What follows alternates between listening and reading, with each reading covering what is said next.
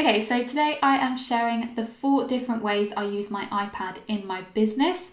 I actually shared this a few days ago on my Instagram, on my stories and on my grid. If you're not following me yet, go and check out my account. It's at by.rosanna. I'll leave the link in the description. But I shared it the other day and I had a few messages from people saying that they hadn't ever heard of the apps that I was using or the features that I had mentioned. So I thought I would share a more permanent video here on YouTube.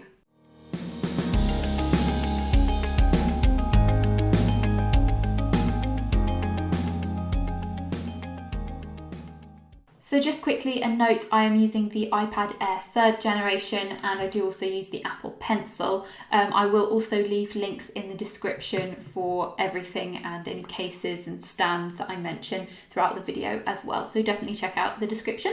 So the first way that I like to use my iPad in my business is using the Procreate app, and this is kind of a graphic design app that is very similar to Adobe Illustrator but way easier to use, and you can actually create kind of vector drawings on there as well. There's loads and loads of video tutorials on YouTube about how to use Procreate, but I just basically like it so that I can sketch out any logo ideas using the Apple Pencil. It works so nicely with the Apple Pencil. Honestly, it's like using an actual pencil or pen. So I will sketch out logo designs on here and then I will just send or airdrop the file to my laptop to then work on it in Illustrator for the kind of more finer details for any logo designs that I'm doing. I thought I would also mention that I have got a screen protector on the iPad that is called Paper-like, and it's designed to make the screen feel like you're writing on paper when you're using the Apple Pencil. So it has like a really nice papery texture to it, rather than if you're just using the normal iPad screen and you're using your Apple Pencil, it can sometimes feel a bit kind of squeaky or you might slip. Whereas this screen protector really makes it feel like you're just drawing on paper, which makes it much more natural. And I'll leave the link to that in the description below. It's a really, really good company. So the second way that I use the iPad is actually as a second screen. So I will put it on a stand next to my laptop, and then on my laptop, I will just go to this top bar here where it's asking me about AirPlay, and I want to click connect to iPad.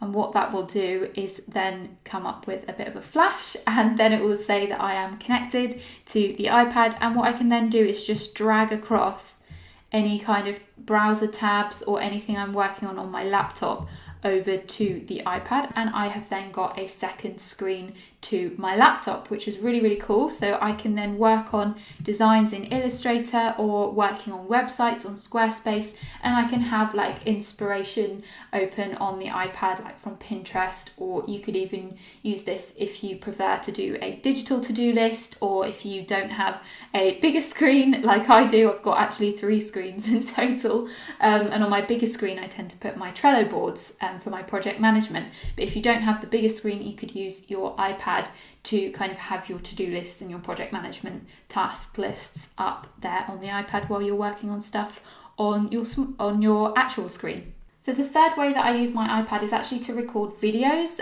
for IGTV, for Instagram, anything that I just want to do kind of face to camera, really quick videos that I can edit easily on the iPad rather than having to go into Premiere Pro or a proper editing program on my computer and to do loads of stuff on there. I can just do it all from the iPad. So what I'll do is I'll just go into camera, make it face the front facing camera, pop it on a stand, and then just talk to the iPad, and I can see myself talking to it as well, record the video. And then what I'll do is I will go into the InShot app, which is what I use to edit any of my videos on the iPad. And you can do all kinds of things in terms of trimming and clipping, adding text. It's really easy to use just on a bigger screen than your phone, which is why I like to use the iPad for it. And again, it is much quicker than to just spend ages doing it in a proper professional video editing program on my laptop if I just want to get something out and done quickly.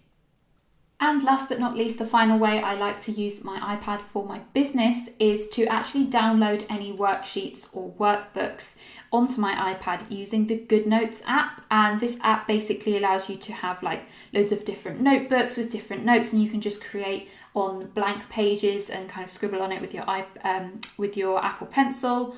or you can basically download PDFs onto it. So if you've got any workbooks from any courses or free online resources that you've downloaded and you want to be able to edit them but not have to print them out, this is the best way to do it. So you've got your GoodNotes app, you've got the PDF downloaded, and you can just scribble straight into any of the boxes that you need to, and you can do loads of other things with it too.